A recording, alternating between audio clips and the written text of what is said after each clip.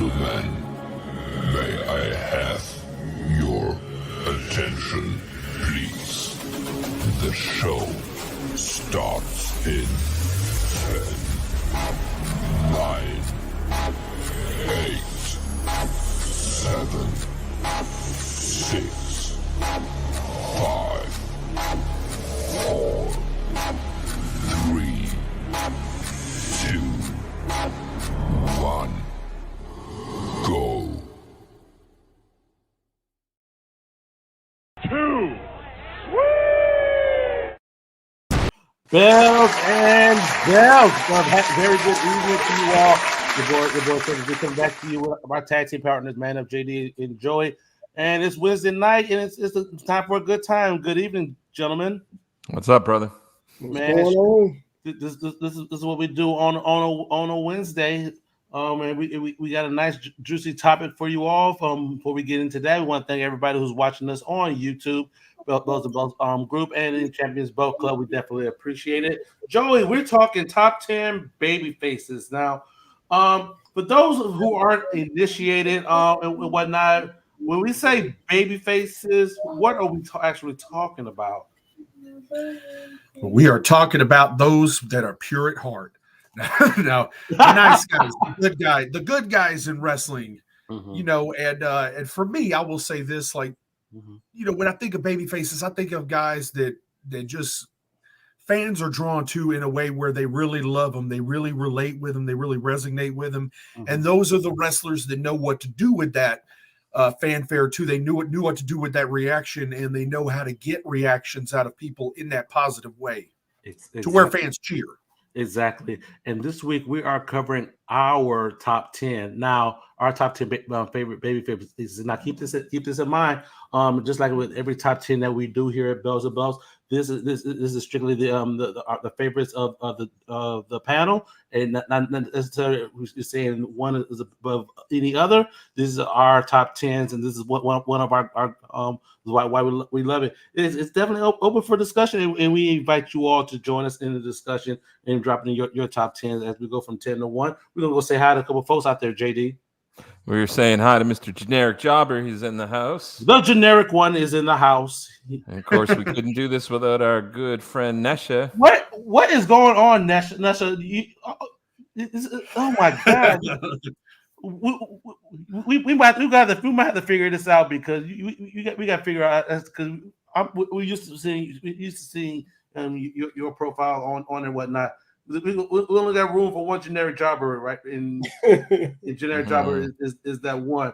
All right, so we're gonna do what we do here at Bells and Belts, and we're off and running. And JD, who we going to first to the top 10? Don't forget, you guys, to come as we go from 10 all the way up to 1. Go ahead and drop your 10.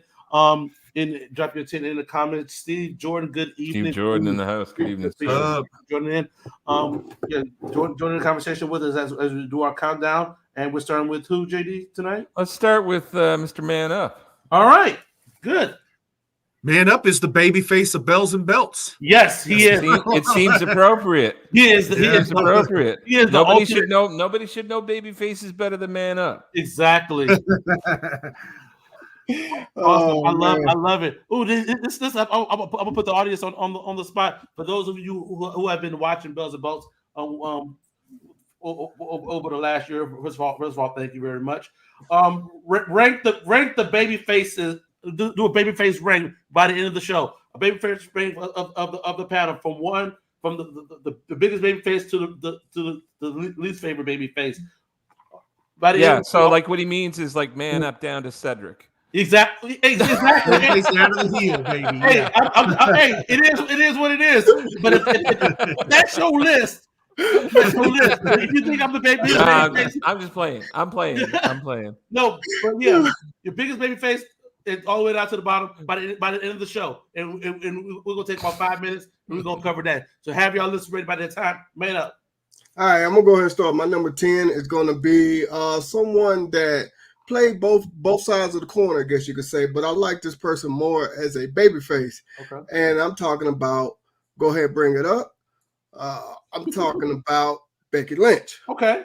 I like it when she kind of turned a face when she had a match with Bianca Belair, and out comes I can't think of all their names top of my head, but the first few members of Damage Control and Becky Lynch came in, defending Bianca Belair before she went off with an injury, whether it's kayfabe or not, whatever.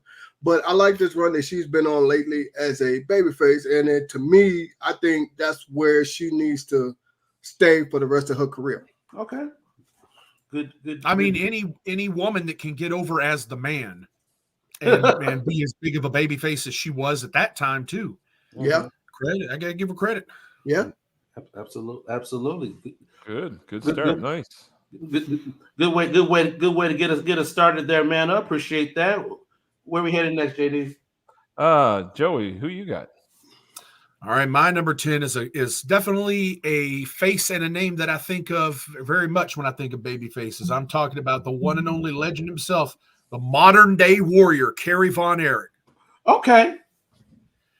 I really have to explain this? Like, the guy had it all, like the good looks, the body, everything like that. I mean, he was a babyface everywhere he went, including his run as the Texas Tornado. He was a super over babyface in the World Wrestling Federation too, for his time there. But I'll always remember him fondly. I'll never forget the pop when he beat Ric Flair for the NWA World's Heavyweight title too. That was huge with everything going for him. But Kerry, and I mean, credit, all the Von Erich boys could be in this spot. Any of them, just because Kevin was a super great babyface. Yeah, but to me, I got to give it to Kerry. To me, he was the most babyface of all of them in the Von Erichs. To me, sure, absolutely, awesome.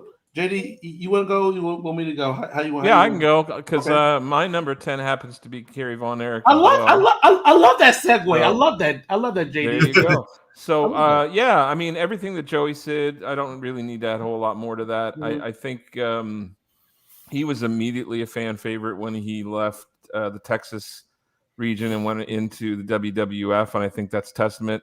I think it's testament to the fact that McMahon essentially allowed him to come in and be Kerry Von Erich in the WWF, which doesn't happen very often. He tweaked it, of course, with the whole Texas Tornado thing, but the fact that he let him come in and essentially wrestle as Kerry Von Erich speaks to how over he was and how popular he was, and I think they knew that, and they didn't mess with it too much. I don't know if he ever wrestled as heel in his entire career. I think he wrestled face his entire career, as far as I know. All the Von Erich boys did, I think. Yeah. If somebody knows differently, please correct me in the chat. Absolutely. But as far as I know, I think he wrestled face his entire career. I want to say they got booed in Georgia. I want to say that, like when they took the when they were doing the territory bit outside of that, I want to say Georgia they weren't, but yeah. It's hard to imagine anybody booing Kerry Von Erich. It just is. There we go. Generic Jobber doesn't let me down. Oh, there we go. Thank you. Generic David Von Erich was heel in Florida with Dory Funk Jr. There you go. Nice. Okay. There you go. So, but I don't think Kerry ever did. So I don't think. Yeah, to my knowledge. So good deal. We're gonna save some meat. We're gonna save some meat on that bone because that's a spoiler alert. Y'all know it's coming. And number 10, I'm going a little recent. I admit, JD, I apologize because I had a freaking brain fart. It was my goal to send you pictures of me with a lot of these baby faces that's on my list, and I didn't send it. That'd have been nice. I might actually I might put that in the Bells and Bells group. Well, I don't know. If I get enough likes or we get enough likes or get enough comments, I might drop it in the Bells and Bells group. We'll see what happens. But number 10, I'm gonna go a little recent, and I'm gonna go with the American Nightmare, Cody Rhodes. I say that because a lot of the stuff that he's doing as the baby face, he's definitely catering to the base. The giving away of the weight belt is reminiscent of when Bret Hart used to give away his sunglasses, little stuff like that. after shows, you go always you can always see him going around the ring, shaking hands, kissing babies, taking pictures long after the show is over. Yes. Yes. and Man Up can attest to this because you've had a moment as well, right? Yes, I went to a live event and the show was over like maybe an hour and everybody's still trying to get out. And he was still going around and around and around and around, taking pictures, signing autographs, shaking hands, kissing babies, you know, all that good stuff. And if y'all want to see, y'all can go into our YouTube community tab. You can see my daughter got her hat signed by Cody Rhodes. Antonio Mendoza is in the house. He's in the house. Mendoza Three beers in. And so, yeah, I got to agree. Cody, he's living this game. But go ahead. And absolutely. And let's just say Cody should be hired. Absolutely. But you will see as we go along as to why I have him on my list. As a baby face, who knows? He may be on somebody else's list. We shall see. But let's see what you guys think. Who are y'all number 10 starting out, y'all?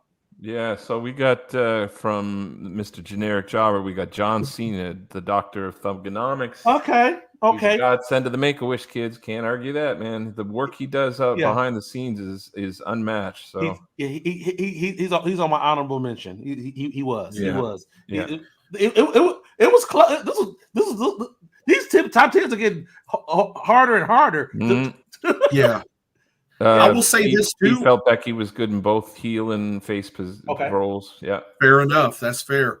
I will say this too. I speak for myself, but I bet I'm speaking for more people than just myself here. Mm-hmm. I know any of my top 10, I can make an argument for why they'd be the best babyface there ever was, in my opinion. You know, in some way, they could have all been my number one. It was hard to narrow down just 10 baby faces. It is. It is absolutely. I got to agree with you there, Joey. Antonio's saying Texas Tornado, baby, the real Ultimate Warrior.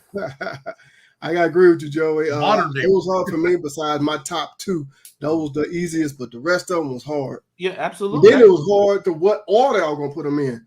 Yeah, I had reasons for my top 3 or 4, and I'll like in terms of the category. I'll explain it as we go along. I don't want to give it away. And that's the beauty of our top 10. That's why I love this. I love this format. So we're gonna keep this party going. Man up. You're put your 9. My number 9 is gonna be someone that got hired, got fired, got rehired, and he became a huge babyface before he turned heel again with the yes movement. Okay. And I mean, this was someone that I didn't think would ever get to where he was at in the company. Mm-hmm. And look where he's at now. Look what he's doing. I hate that he's constantly getting injured a lot over there in AEW, but I gotta give Daniel Bryan props on this because I think he was a huge babyface when with that yes movement, and then when he tried to when he became a tag team partner with my favorite wrestler Kane, I thought that whole series was just funny as hell with him and Kane. Good deal. Thanks for saving some meat on the bone. Spoiler alert on my end. I'll let you know. Let's see how high he's up on my list. Joey, what you got, brother? I got a good one for you here, and this is a guy I really think about, the greatest babyface I think in the history of ECW. The guy that bled. Nice. I know where you're going. I love it. Yeah. Bring it. You think of baby faces, how could you not think of Tommy? Exactly. Yeah, exactly. God damn, man. This man right here is the epitome of a baby face. Like, this guy got more sympathy in matches than I've ever seen. In his era, in the 90s, the matches with Raven. God, Raven. Well, the match with Sandman that put him on the map. Thank you. May I have another? Yeah, when he took those cane shots. I mean, that's really what started that whole Sandman, face. Yeah. Oh, Singapore canes, boy. Yeah. ECW was owed something, weren't they? He always upheld the most honor. And the most brilliant thing I want to say about Dreamer is that keeping the belt away from him, keeping the world title away from him was the smartest thing that Heyman did with Dreamer. Was like he always had to be on the chase, and then when he finally did get it, he lost it in the same night. Like it just kept Tommy as such a big baby face that you always wanted to see him claw his way back up, rise back up, and that's what Dreamer's about. He's a guy that gets knocked down and he always gets back up. Not to mention, he's still wrestling. He's the current Impact Digital Media champion. And I've heard on several interviews from Steve Austin, that when his brief time in ECW, he figured out this whole everyman gimmick from him. That a lot of his face work in WWE when he flipped with Brett, a lot of it was based on this blue collar everyman gimmick that Tommy was running. So yeah. Now, Joey, the innovator of violence or the Tommy Dreamer with the suspenders? Which one, man? We're talking about the innovator of violence. Come on now. Don't lie. I know. I'm a fan of Dreamer's whole body of work now. Don't get me wrong, but I know. I had to throw that in there because that popped in my mind. The damn Tommy Dreamer with the damn suspenders, man. I was like, oh God, what was this guy? And with that Philadelphia crowd, yeah, exactly. Awesome, JD. My number 9 is tag team specialist and all around baby face, Mr. Ricky Morton. Yes, absolutely. Yeah. Sure. I can't think of a more over tag team in the 80s in the Rock and Roll Express. They were headlining cards, which was a rare thing back then with tag teams, and he oftentimes complained about their travel schedule and how busy they were because they had to have them on the cards constantly. Their output, their work, and a lot of that was due to the fact that they were so over. Yeah. He's just, he played heel. He worked heel in WCW briefly. But other than that, the majority of his career, he worked face almost the entire time. Exactly. Yeah. Save some meat on the bone with that. Yes, please. Save some. See him again. It's still going. I saw Ricky Morton a couple months ago at a show here in San Antonio. Got a picture of him. So I might have to share that with you all in the Facebook group. We gonna see. Yeah. I need some likes. I need some views. I need some likes and views. I need to help a brother out with that one. Help a brother out. Number 9. I'm going back to the territory. Y'all know me. I love a good territory story. I'm going to freaking Mid-South, and the absolute face of freaking Mid-South wrestling is the Junkyard Dog. This dude, this dude here, man. This dude here. This dude was freaking packing them into the freaking Superdome in New Orleans, man. This dude was freaking hot, man. So many big feuds. So the freaking the charisma and whatnot. Definitely his best work was in freaking Mid-South. Vince was trying to capitalize on that. And when he came up, he was arguably the number 2. Definitely top 3 baby faces in WWF when they did the national launch. So the big JYD, man. I would argue if he hadn't come along during the Hogan era, he would have been Vince's top guy. Yeah, honestly, with how over he was. Yes, he was headlining the B show and he was carrying it. So yeah. So for a long time, he's not on my list, but now I'm kind of kicking myself. Exactly. There is so many baby faces out there. It's like I know. Damn, I'm like, how did I JYD is a great example? Damn good baby face. God. Yeah, exactly. All right, we got some out there, JD. Yeah, we sure do. Generic and I are on the same page tonight. Rock and Roll Express, Ricky Morton and Robert Gibson. Okay. The epitome of a great babyface tag team. Put asses in seats. Okay. Well, I just got an idea for this or that. I'm gonna write it down, and we're gonna keep it going. Nice. I think we had Steve was talking about the fact that he worked some shows with No, not with Morton. It was Dreamer. Talking about Dreamer. Yeah. Oh, yeah. Wow. Awesome. And Antonio City also had one of the ugliest belts ever made. I think that's about JYD. Maybe. Antonio, which belt? Who are we talking about? Had the ugliest belt? Which belt? Which belt was that? I think he's talking about maybe JYD. I'm not sure. Oh, all right. Yeah, I'm trying to figure that one out too. Okay, it's fair. I want to know though because I got to go look at it now. I got to look at it now. Hey, Antonio, the show is on hold because we want to know what the hell. What the show is on hold because we want to know what the hell the ugliest belt is. I've seen some ugly belts, so I got to see. Right, I got a top 5 list of ugliest belts. So. Have we done Dreamer's that hardcore belt. Oh, Dreamer's hardcore belt. Oh, with the license plate on it. Yeah. Okay. Got it. Yeah. Hey, I think actually that one looked better than the silver ECW title. So, damn. Yeah, I don't think we've done that. We're bells and belts. I don't think we've done our top 10 ugliest belts. Oh, I got my list already. I got mine already. I can go right now if you want. I can list 20. Hey, we're gonna bring that to you next year.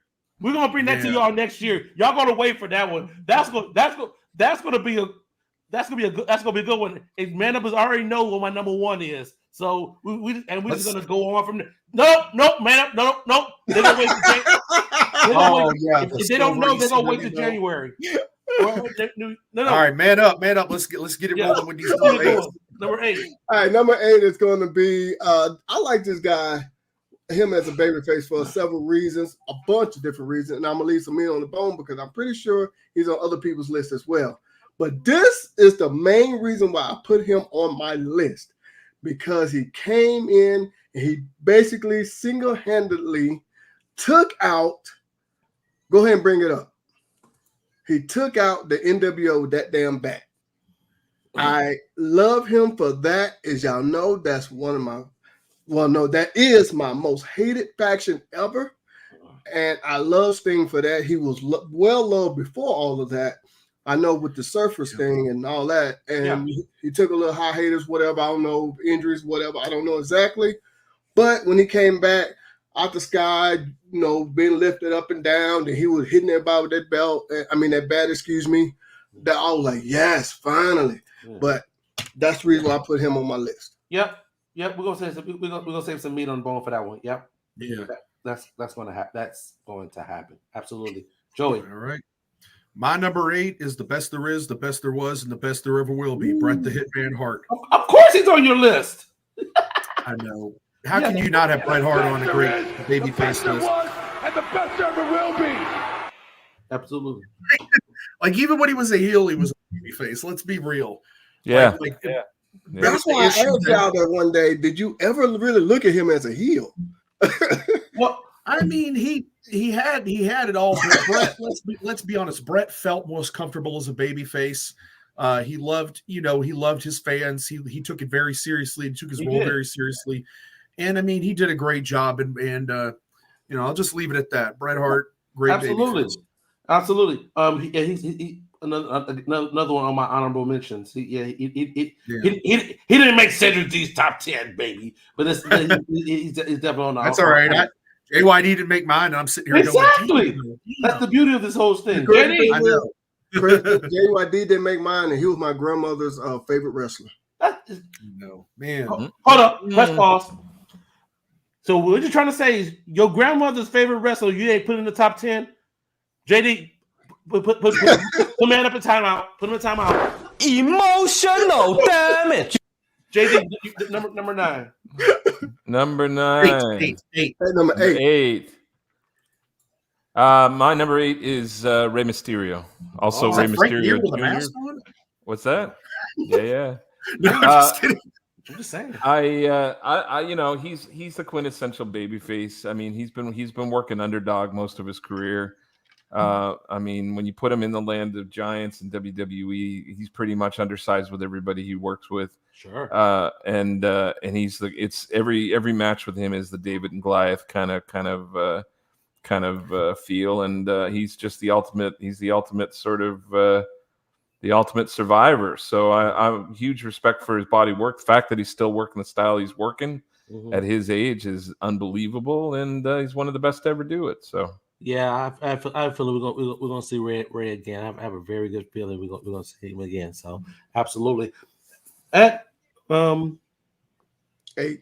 number 8, absolutely. I'm gonna throw a curveball at y'all. Y'all not gonna expect this one, but the following this person had in NXT and it translated to the main roster. It personifies being over and captivating a niche in the fan base, and I'm talking about Bayley. It's not this one, but Ponytail's Hugger Bayley as a baby face with the Bayley buddies and whatnot. Hell, it got to a point that she had fans. She had Izzy the fan. They incorporated her into the match with Sasha Banks. Made her freaking cry. I love that episode that it invokes the freaking emotion and whatnot, and that character that she had, the hugger gimmick, it got over. But even as her current heel character, she's still like there's all this social media stuff posted where she's interacting with fans, and she's still just Bayley in NXT. So it is. Yeah, but I kind of feel like I will say this. I kind of feel like that character didn't really connect on the main roster. Well, I would say in the beginning, of course, you have your honeymoon phase or whatnot. Then eventually it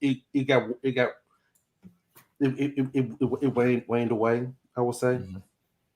But here we got Generic coming in. I mean, you got her ranked above JYD. I'm like, dang. All yeah, right. I know. Yeah, Von Erich's Generic is sure, absolutely. Except Lance or Fritz. Yeah. Fritz was the foreign heel. Yeah, exactly. Absolutely. Yeah. Yes. That's Izzy. Yeah. We know this. Of course, Izzy is wrestling. I got a picture with Izzy. I met her at a signing. It was AJ Styles signing right before a Royal Rumble event. I met her, and we was talking about that. Yeah, but yeah, she's training here in San Antonio, and she's wrestling at Mission Pro Wrestling. So yes, awesome. absolutely. Pick up the pace though, guys. We almost at halfway through the show. We ain't even got to number 7s yet. I know, man up 7. My number 7 is going to be one of the most lovable characters ever, and there you go. Talking about Mick Foley. I think even when this man tried to play heel, people still love Foley for, how did he put his body on the line, his life on the line to entertain everybody. Everybody loved that. Bang, bang, have a nice day. And he would do that cheap pop or whatever city he was going to, stuff like that. So to make this short, man, you got to love Mick Foley. Okay, good deal. Joy. All right, we talked about him before on here. I got Magnum TA at my number 7. I love it. Do we need to go into this right now? I think we talked a good length a couple shows ago about Magnum TA. Super over in Mid-South, super over in Jim Crockett Promotions. Exactly. If it weren't for the accident, probably he was being positioned to be the solution to Hulkamania in the NWA. So I mean, he was huge before that. He was going to be their Hogan from their perspective. So exactly. So all right, JD. It's already been mentioned, so I won't go long. But mine is of course Sting. Okay. That this era in his evolution, in particular when he was sort of carrying the strap in WCW and was Vader's and going back and forth with Vader. Sometimes he'd have it, sometimes Vader had it. Rick had it sometimes too. I think that was his sort of quintessential babyface era with his little stingers and all of that stuff. So yeah, Sting. Absolutely. Love it. Yeah, we're doing a rapid fire to try to get back on task, guys. Like, We're getting there. We're gonna get there. My number 7 is Bryan Danielson. We have like the yes movement. It couldn't be freaking denied. It couldn't be freaking denied, and they had to react to it, even though it probably like it wasn't in their plans. They had to, for lack of a better word, they had to give the people what they want, and he had that ultimate WrestleMania moment, and that yes movement was the cause of it. That was freaking huge. That was freaking huge. So yes. I got him at freaking 7. Yeah, I was going back and forth with these rankings, Joey. I really was. Thanks, Nesha. We appreciate that. All right, we're at 6. We're at 6. Man up. Hang on a sec. I'm sorry. Generic number 7 with Meg Tien. Me and the generic jobber we're on the same wavelength there. Exactly. Hey guys, keep those picks coming, guys. Go ahead and throw them out there for especially going into our number 6. Exactly. All right, my number 6 is going to be the man who just made his return. I'm talking about Randy Orton. Okay.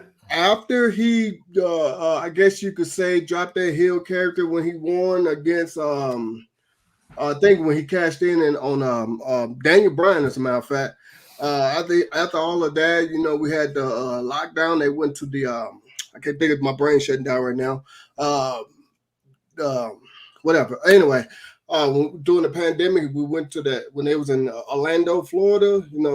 For that whole time, and he was running a good face after that. After all of that, especially when he teamed up with Riddle, and they became RK Bro and stuff like that. This man had a great babyface run. I know he had some in between, back and forth as well too, but that's one of my favorites. And then especially right now when he came at Survivor Series and had that huge pop, everybody loved Randy Orton. So got to put Randy on the list. Okay, awesome. But I'll say this: I think they love him because he's a heel. Like even remember when we just said Brett? Yeah. Even when he was a heel, he was a babyface. When Randy Orton's a babyface, he's still a heel. Yeah. Like he's still giving RKOs to Nick Aldis and everybody. You have a babyface that has heel tendencies. I blame it on the 4 Horsemen. Yes. I blame it on that $100,000 check. He said this. It all goes back to the Horsemen and their damn cool heels. Exactly. It's Flair's fault. Joey. All right, my number 6. I'm going far away from here on this one. I'm thinking of for a lot of the reasons you mentioned Rey Mysterio, JD. This guy is this to me. Babyface pretty much for his entire career. I'm talking about the legendary greatest junior heavyweight of all time, Jushin Thunder Liger. Okay. All right. Again, he's like a freaking cartoon character come to life. Like an anime character come to life, and that's what I love about it. And this is a guy that when he comes to America, when he came to NXT, and those fans had no idea who he was, they still cheered him. Like it's just something about him. He's got that presence. He's got that natural babyface ability. It's like even if you've never seen this guy before and he's wrestling somebody, there you go. Looks like a Power Ranger. Yeah. But Nick Adidas. We have some bootleg people up here. But anyway, Jushin Thunder Liger, man. He's one of my favorite babyfaces. You gotta be a pissed off person to ever boo that guy. I'm just saying. Yeah, and as a testament to how over he was globally, I mean, how many promotions let somebody like this who come in and win their championships and then go back to Japan and then come back 2 weeks later, 3 weeks later and put the belt back on one of their guys. And that happened for him on the regular. Like he would come into promotions and he would win their belt and he'd disappear and he'd come back 2 weeks later, 3 weeks later, a month later, 2 months later, and he'd drop the belt back in the promotion. And that's how over he was. So he'd just appear on Monday Nitro randomly sometimes, and still get huge pops and stuff like in America. Absolutely. Yeah, absolutely. All right, JD. I'm going over to the Far East myself as well, but I'm not going with Jushin Thunder Liger. I'm going with one of the men that made Japanese wrestling. I'm talking, of course, about Mr. Antonio Inoki. This man was a god in Japan. I mean, you couldn't be a bigger face in Japan than Antonio Inoki. Antonio Inoki created his own philosophy. Antonio Inoki, there's such a thing as Inokiism over there in Japan wrestling, and he was, I mean, and also consider, you got to remember that Antonio, even though he comes from Japanese heritage, he was born in Brazil. He wasn't a native Japanese. Wasn't born in Japan. He was actually born and raised in Brazil and went to Japan as a teenager. So over there at that time frame, if you weren't a natural born Japanese citizen, you were sort of a secondary citizen in that country, in that culture. And he was so over and so respected and so beloved that never ever was a factor in his career. He is the quintessential international babyface. Yeah, I love it. Hashtag JD Nuggets right there. JD always dropped these little things. I didn't even freaking know. I didn't know he was born in Brazil either. That's some knowledge there. Yeah. Hey, everybody in the chat, drop hashtag JD Nugget, because JD always seems to find something that we never freaking knew. Oh, and I thought I was so. There was actually a huge immigration of Japanese immigrants into Brazil. That's a big part of why we got Gracie Jiu-Jitsu. In Brazil, there was a huge influx of Japanese immigrants in Brazil, and his family happened to be one of them. So, absolutely, good stuff. All right, we're at number 6. Joey, you're gonna love this one. We was talking about his freaking his heel run, I think, last week. I'm gonna talk about the babyface a little bit this week. I'm talking about Barry Windham. This guy here look like a freaking $1 million. Could definitely freaking go in the ring. He has the freaking the bloodline to add to it. Freaking Barry Windham at his freaking peak between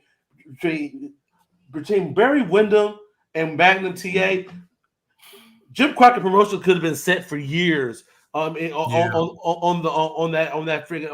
that world title scene. Between that and the freaking Horseman, man, that could have been freaking money. But yeah, Barry Windham. He was great too during the whole Dangerous Alliance feud. Over there, and his team with Dustin Rhodes was just a great babyface tag team.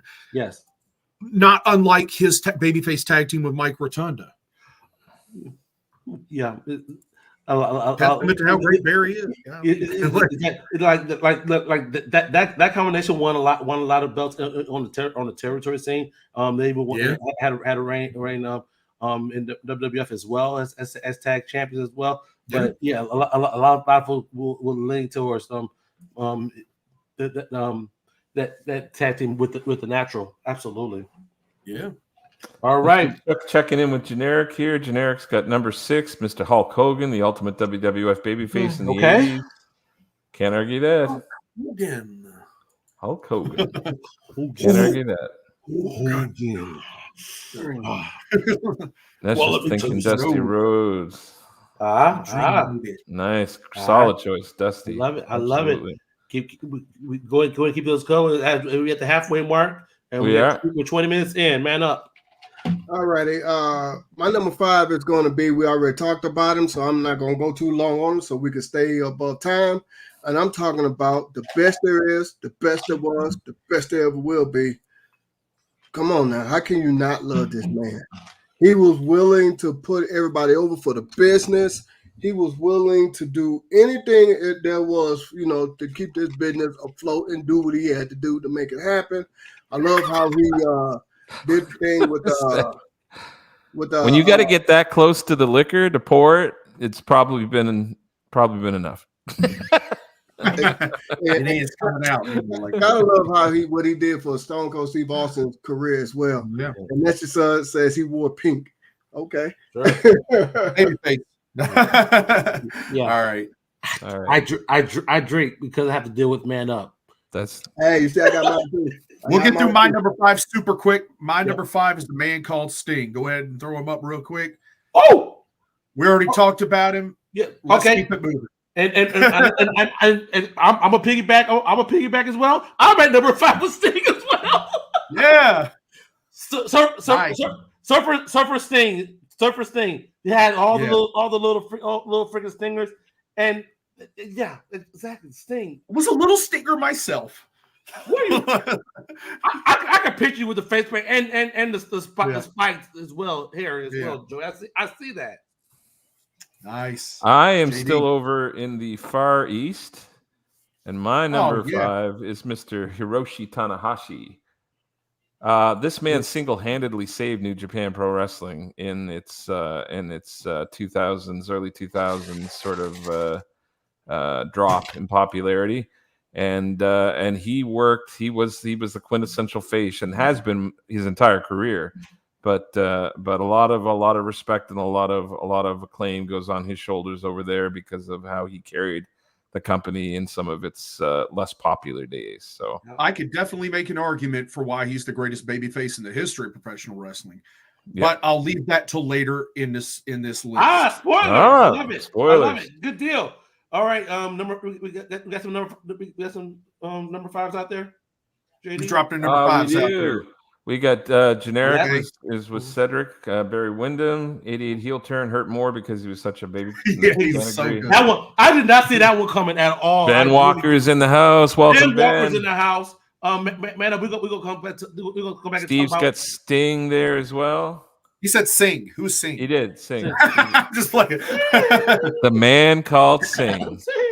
I'm just playing. Awesome, good deal. Man, we're gonna come up with your latest interaction with Ben Walker at the end of this show. But in the meantime, go ahead and throw show number 4. All right, my number 4 is going to be I was trying to think, but I could not think of it. Think if it was true or not. But as far as I can remember, I don't think this guy ever played heel. As far as I can remember, and I'm talking. So y'all correct me if I'm wrong. And I'm talking about Ricky the Dragon Steamboat. Yeah. I'm sorry. Yeah, absolutely. But what I'm gonna do? I'm gonna cut you off because he's coming, and I will promise you. I'm gonna leave some meat on that bone because he's gonna appear later. Leave meat on that bone. Okay. Well, let me just say this here. I loved it when he had that feud with Jake the Snake, and they both had the animals. You know, he had the Komodo dragon, and Jake had the his snake. I forgot what the snake name is, but I love that. But go ahead. Good deal. Awesome, Joey. All right, my number 4, the American Dream, Dusty Rhodes, had to be towards the top of my list. Absolutely. And hard times, brother. I don't even have to say nothing. You already know he's one of the greatest baby faces of all time. Absolutely. And you keep that party going. I got him at number 4 as well, Joey. Yeah, we 2 for 2 on this list. Wait. What? Oh my god! I love it. Come on now. Oh my god! He had to be close to the top too. Now he had to. The son of a plumber, baby. The son of a plumber. I'm telling you, the American Dream, man. You like the guy looked like the big person in the front row was all, you know, he's the person that you're gonna have a freaking beer with, you know, just cool. It's very like you're like, he might not look like the athlete of the day. No, he didn't. But he was cool as hell. Yeah. So so he was just over because he was just so damn cool. Mm-hmm. Yeah. You know. You just love him. You when he talked, you felt it. You felt like he was talking to you. It was like, damn, he is right. I heard Steve Corino talk about. Remember when Corino worked with him at ECW? It was like all he wanted to do was take bionic elbows. Like he's just like everybody wanted to do that. Remember the feud with Randy Savage? They were Bruce Butcher was talking about every night that him and Macho King were out there just taking bumps for Dusty and stuff. Well, testament, man, when he walked into Madison Square Garden with Superstar, Billy Graham, and I mean he was over like dude, that. He was not. He was not a WWF guy at all. Not at all, and he was. This is one of those kind of like how Andre was a special attraction. Dusty was a special attraction in New York. That is on Peacock. Go and listen to that crowd when he walked into the freaking arena. Graham. That was huge for someone. It's not like they probably built it like he was coming, but he wasn't a WWF guy, and the pop he freaking got. Oh my God, that was huge. Yeah. And that's pre-NWA World Champion. That's pre all the accolades and all the respect. Like that's Dusty coming out of Florida. Yes. And pop in Madison Square Garden. So yes. So so that jumps us over to number 4 for generic. That's a good Tommy Wildfire Ridge. That's an awesome one. Absolutely. Yeah. I mean, it's so over. He got the nod and got the NWA title. So yeah, he was. I'll be here for 6 or 7 days. But for somebody that didn't have that didn't have the platform that some of the other world champions had. I mean, that speaks to how over he was. So. Or were you referring more towards his run in the FBI and ECW, baby? The Big Don. Just kidding. Oh my gosh! All right, I'm sorry. Mine's going here. No one can bleed like Tommy Rich. Oh my God! But that's a show for another day. That's a show for another day. Man up. We're at number 3. We did good. All right, I'm going to again keep this one sweet because I think everybody liked this guy, whether he was heel or face. He was lovable as well too, funny as well. And I'm talking about Mr. Lie, Cheat, and Steal, my Texas native Eddie Guerrero. Okay. Everybody loved when he came out in the Lowrider and just when he had the feud with Kurt Angle and stuff like that. It's just he was just one of those guys that make you love him and then make you hate him when he switched, when he turned heel. With the Dusty the Dominic on a pole, whatever it was called, something like that. So, got to give Eddie Guerrero some love on this one. Love Eddie. Love it. Sure, absolutely. I mean, after his unfortunate passing, I mean, the amount of love that man received after and still to this day, I think is a testament to how over he was. So, All right, we made up that time very good there, Joey. Yeah, we're catching up. We're good. We're at 3. All right. My number 3, he's already been mentioned once before. I'm talking about one half the Rock and Roll Express, Ricky Morton. Oh, I got him a little higher. It's okay though. It's okay. Yeah. I mean, do we got to go into this anymore? We'll talk when I get to him. We'll talk when I get to him. Awesome, JD. My number 2. Are we on 3? Yeah, we're on number 2. 3. Yeah. Is Bruno Sammartino.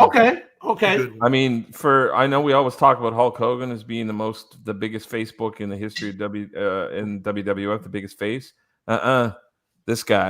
This guy for 10 years, this guy was the man, and not only was he the man, but he was face the entire time. And he had people ready to riot in Madison Square Garden, when he lost, when they didn't think he should lose, or if somebody took a shortcut with him in Madison Square Garden, they rioted. It was pandemonium. So this guy his act wouldn't maybe necessarily work in South Carolina, might not work in Texas, but in New York, in the city of immigrants, this guy was Italians, especially Italians. This guy was over. All right, I'm gonna peel the curtain back a little bit for Beelzebub. I'm constantly looking for folks to interview, not just wrestlers, but folks who lived during that and whatnot. Because I think it's important that because a lot of us weren't alive during that time frame, and I would love to know as to that feeling that what was it like? So that is a personal goal of mine for the show in 2024 is to have folks who lived during that time lived in the '60s when he was in New York. We're like, can you imagine? Man, Exactly. I would kill to be. I would love to have watch have those on the show, matches. and we can have that talk because because it's truly remarkable. It really is, JD. Yeah, it was awesome. All right, you're up, Cedric. Oh, am I? Number 3. I got the entire Von Erich family, man. Dude, wait, you can't have Fritz in there. I got the whole damn family. Hell, even freaking Fritz, man. Him and his freaking boys, man. Generic's gonna have something to say about that. Yeah. There's Gods, and then there's the Von Erichs in Texas. This was it. This was it because the Von Erichs could do no freaking wrong in freaking Texas. And folks, I think I heard somebody say there's football, there's God. Football and then the Von Erichs in Texas. Whenever I go to any show, the old heads are still talking about the Von Erichs today. They're still talking about it, dude. You should have been there back when Kevin Von Erich was out there. Dude, exactly. Man, I would have loved to, but dang, man, it's like a little kid. I would love it. Exactly. Generic number 3's got Dusty Rhodes. The Bull of the Woods. Good deal. Okay. All right. We go speed number 2 man up. All right. My number 2, we already talked about him. I love this guy, the son of a plumber. He wined and dined with kings and queens and ate some franks and porky beans, something like that. He said, I forgot how to say his words, but yeah. Shut up, man. You already ruined it. You already ruined it. I did. You already ruined it. If you're gonna do it, you gotta do it right. You already ruined it. I got to get that right. But everybody loves Dusty, bro. Come on, Absolutely. Man. Who was not in love with Dusty? Thank you, JD. If you're gonna do it, you gotta do it. That's true. Right. But who was not in love with Dusty Rhodes, man? Come on, man. He got to be the most lovable guy ever. Man, so yeah. Even in them polka dots. He's the son of a plumber. Come on, man. All right. This is the time to talk about it for me. Like my number 2, and to me, God, he's right there up at the very top. One of the greatest baby faces in the history of professional wrestling to me, Hiroshi Tanahashi. Okay. Yeah, hell yeah. Cedric, you were witness to it. You were at a show in Texas where Tanahashi came out. Yes, it was. It was freaking amazing, man. Did this man not get a gigantic pop in Texas? He did. That was freaking huge, man. Yeah. And half of them don't even know who he is. Exactly. Shoot, that was a freaking that was a freaking treat. That's New Japan's biggest draw in the United States, if I'm not mistaken. Absolutely. That's why when they come here, especially for the bigger shows, Tanahashi's on them no matter where on the card he's wrestling. And we all know and Tanahashi at this point. That was it had top bill. Yes. Give me all even at his age with his broken back and knees and everything, if he won the IWGP World Championship again, they'd still support him. Like everybody would still support him because that's why even though Okada's the current ace of New Japan, Tanahashi's still ace. Like he's still the ace. He's the guy that, like Jason said, he brought the company back from the dead, being on the edge of death. Like the only reason we even have an Okada is because he carried it during the early mid 2000s. Like when they weren't even in the big auditoriums anymore. Business had gotten so bad. So and he carried. Save some meat on that bone, Ben. You're watching Japan Part 2. I want to have a discussion about those. Yeah, and I wasn't here at that time when you had Ben on last time. So exactly. I can't wait to jump into that conversation with Ben. So Ben, for next year, we're gonna put you on the schedule. We're gonna do Japan Part 2, and we're gonna have a conversation about that. So, but let me say one more thing though about Tanahashi real quick. Talk about great baby faces in the ring. This is a guy that again has that very much just like a Ricky Morton or some of these other great baby faces. He's a guy that knows how to sell really at the highest level. He's a guy that knows how to fire back up. He come back and do everything. there's just something magical about Tanahashi that, he's such a generation. When you say generational talent, like that's him. Absolutely, Ben. Don't worry, I got you, Ben. I love it.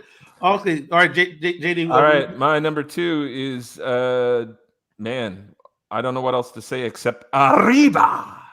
Oh yes, Tito Santana. Absolutely. Tito Santana. I mean, I can't think. I mean, again, as I got closer to the top of this list, I started thinking I got to pick people that have just predominantly, if not entirely, worked their career as a face. He's one of them. Man, never worked heel. Now wait a minute, Chico Santana. Perfect timing. I love it. I was hoping that this would bring out the Jesse in the Joey. Now wait just a minute. I love it. Good stuff. I love Tito. I'm not gonna lie, man. Everybody does. Tito, honorable mention. Absolutely. Awesome drop kick. Flying burrito, just like the flying burrito. Awesome. Number 2. I gotta have him on my list. Ricky Morton. The man cries. Yeah. When the man gets hit in the ring, you crying. That is it. There are 2 people in this wrestling business. If you want to learn how to be a babyface, and they are my top 2. This is one of them right here, Ricky Morton. The whole whole Jim Cornette said about him, right? You in to make you feel a certain kind of way. For him to get that hot tag to Robert Gibson, he comes in clean house. Yeah, man, freaking Ricky. And hell, do they agent? I'm just saying, it's freaking Ricky Morton, for goodness sake. He's the best at selling there ever was. Yes, he just is. Like as far as selling in the ring goes, he wrote the freaking manuscript on that. I mean, nobody. God, it was just so easy too because of his size. He was never a muscle guy. He was never, he's a little guy, kind of overall, especially in the 80s. Mm-hmm. But man, golly. But Jim Cornette said something funny too. He said one reason he hated Ricky Morton at the time too was because Ricky Morton had more sex on the way to the ring than he did in his whole life.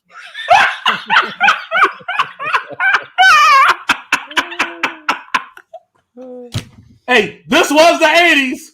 Mic drop. It was a different time, okay? It was a different time. Awesome. That's it. All right, I'm just going to grab a couple of quick ones from the audience here.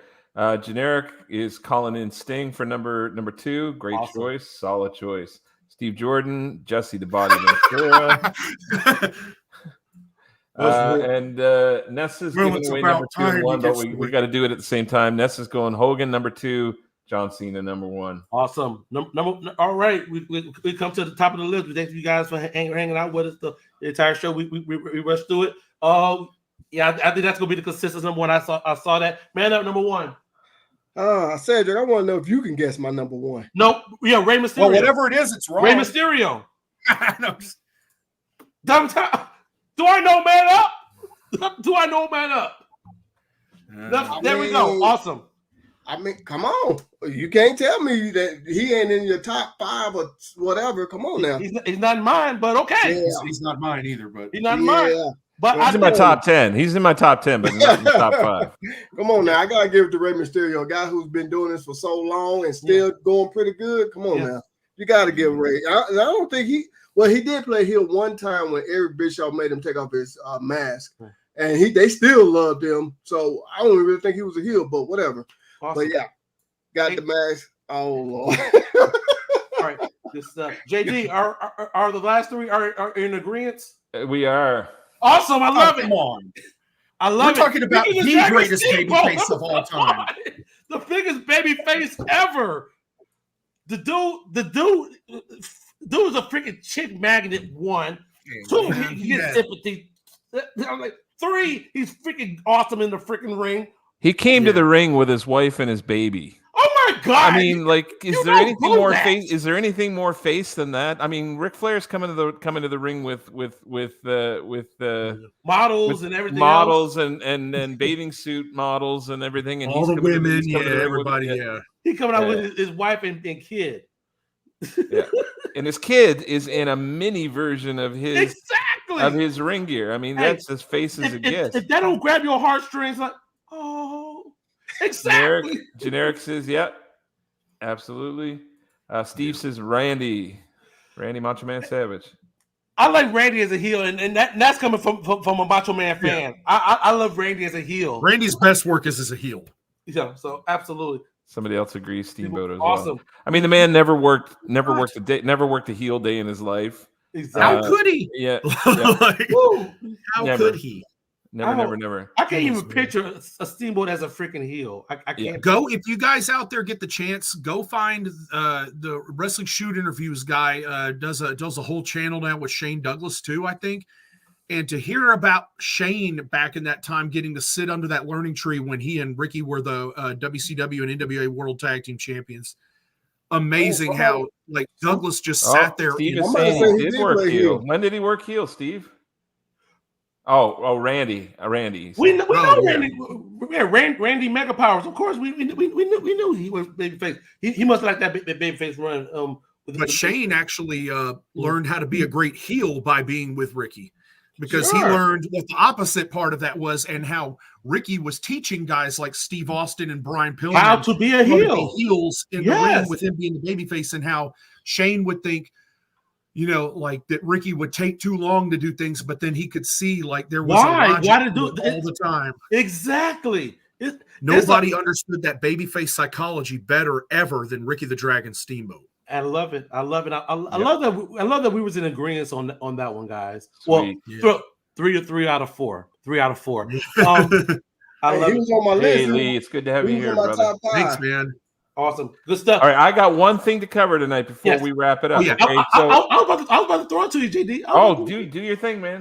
Exactly. So we appreciate everybody for tuning in and whatnot. Our friends over at Champions Belt Club is getting ready to start another series. And I'm gonna let JD tell us all about that. Yeah, so we took a vote from members of the group, and they decided they wanted to set up a tournament for the top 12 greatest TNA Impact World Champions of all time. The wrestlers that they chose, starting from number 1 to number 10, is Sting, Kurt Angle, Jeff Jarrett, AJ Styles, Raven, Bobby Roode, Josh Alexander, Drew Galloway, Ron Killings, Bobby Lashley, Ken Shamrock, and Alex Shelley. So what I'm going to do is this is now the 5th iteration of our Friday Fantasy Tournament. What I'm going to do is I'm going to hit a randomizer. I do it on the big screen, but I can't seem to figure out how to get this share screen to work. Go ahead and go full screen on you. Go full screen on me. Go ahead and go full screen on you. And you hit the randomizer. You're going to point it at the screen, and we should be able to catch it. Yep, perfect. Is that working for you? Yep. Okay, so I'm going to hit randomizer 5 times, just because we're on our 5th tournament, and this is going to determine the brackets for the upcoming tournament. So here's hit number 1. Here's hit number, if I can find it here. There it is. 2. Hit number 3. Hit number 4, and this is number 5. All right, so the brackets for the upcoming tournament, get this off myself here. Okay. All right, the first matchup is Ken Shamrock against Josh Alexander. Ooh. Second matchup is AJ Styles against Drew Galloway. Ooh, okay. The next matchup is Bobby Roode against Alex Shelley. Okay. That's good. Next one is Ron Killings against Raven. Okay. We're going to get Kurt Angle against Jeff Jarrett. Nice. We're going to get, this is an interesting one, Sting against Bobby Lashley. Interesting. Ooh, that's a match we never got to see. Yeah. So there's a few that we never got to see that are in here. So I'm recorded that on here for posterity. Those are the brackets. I'll set that up and have that ready for Friday this week. So our very first matchup is Ken Shamrock against Josh Alexander. Awesome. Good. That couldn't have happened any better. That's awesome. Good stuff. And for more of that good stuff, make sure you go to our friends over at Champions Belt Club. And Joy, what other Facebook group can they join? Well, definitely join the Bells of Belts group, where you can be a part of helping us choose content, give us ideas, give us your feedback on things. We love it. So drop things in the comments below. We do some interesting stuff on there, and we will, be reaching out to you guys in the future if you're members of the group. Yep, definitely. But so definitely be a part of Champions Belt Club, but be a part of Bells and Belts group as well, and you can watch the show either place. Awesome, good stuff. And man up, you acquired another Kane figure, if I'm not mistaken. Have you? Yeah, Kane is my favorite wrestler, so yes, I had to go to my almost next door neighbor that had to go and get it. Awesome. He hit me up and he said, "Hey, you want it?" Awesome. Don't question. I'm almost positive that we're going to get a short. Where can they find that short at, man up? It's going to be where else? On YouTube. Come on now. With that being said, though, if you want to see more of this, we do more than 1 hour shows. If you want to see everything that Bells and Bells have to offer, go ahead and go to our YouTube. He imitated.